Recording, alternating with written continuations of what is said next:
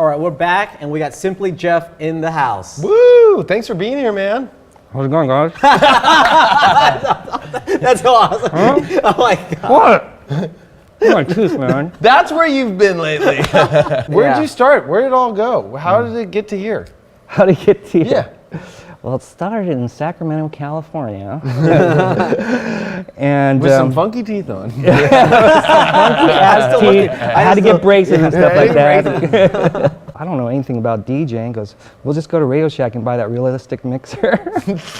And then I have one Technics, he had a Technics 1200, and then my other friend had a realistic turntable. Wow. So we put those two together, and it's just, practice, a couple hours beforehand, didn't know how to beat match or anything, but I knew the importance of that is knowing how to program tunes. Mm-hmm. That's one thing I knew how to do. I knew what song should come after the next and how to move the crowd, because before I got into that, I would make tapes for all my breakdance buddies. Right.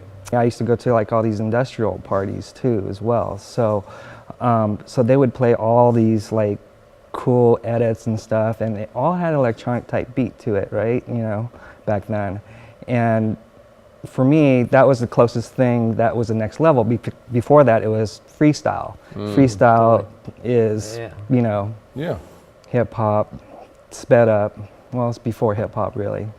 So, so freestyle was my first love, and then after freestyle, I got into like, the new wave industrial type sounds and stuff like that, and then it just progressed on. And then when Depeche Mode came over to K-Rock, they would bring their DJs and they would do these after parties after the concert, and they would say, "Hey man, want to come to this after party after the concert?" Andrew Fletcher said that. I go, "Yeah, that'd be great," And so me and my other friend, we were interns at the time at K-Rock, and goes, "Oh man," so we were all like, giddy and stuff like that. "Oh my God, man, Andrew Fletcher invited us to a party," So we went. That's and a big deal.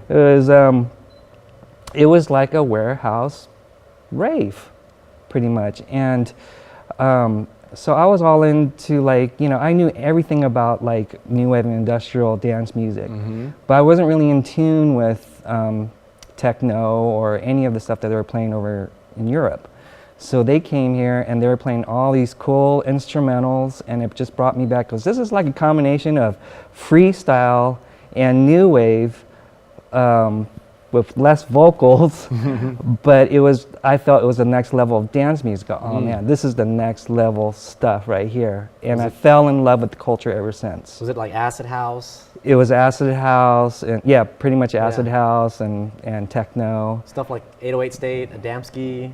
It's during the Manchester days, right? Yeah. Happy Mondays and all those. Most people have associated you with breakbeats. Right. But what do you actually? What do you? If somebody said, "Hey, like describe your sound." Yeah. Funky. Yeah. There you go.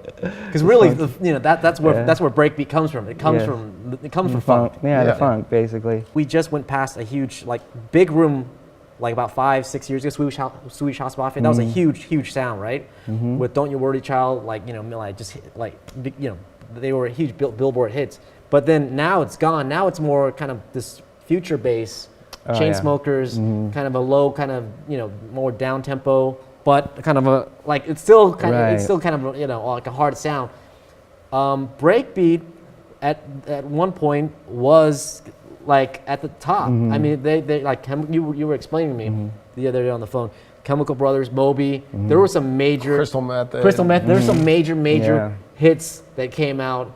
What do you mean? All the movies, right? Matrix. I mean, The Blade. Totally. I mean, when you look at like the movies that were the biggest, it was the music that made them hip. Right. But it was the music. The core sound was breakbeat. Yeah. And a lot of people, I think, including myself, because we've experienced so many genres, and we're so like, and sometimes I'm so caught in the moment that I forget shit.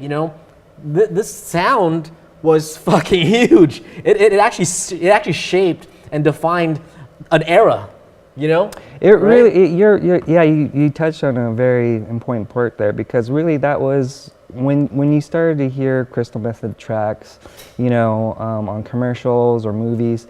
That's really when it became really huge for the first time. You know, with all the people you know, with all the history you have, you're more than just a DJ. You're a figure. Oh, thank you. You're man. a figure in the scene. Thank you, man. Well, That's why we're super happy to have you. That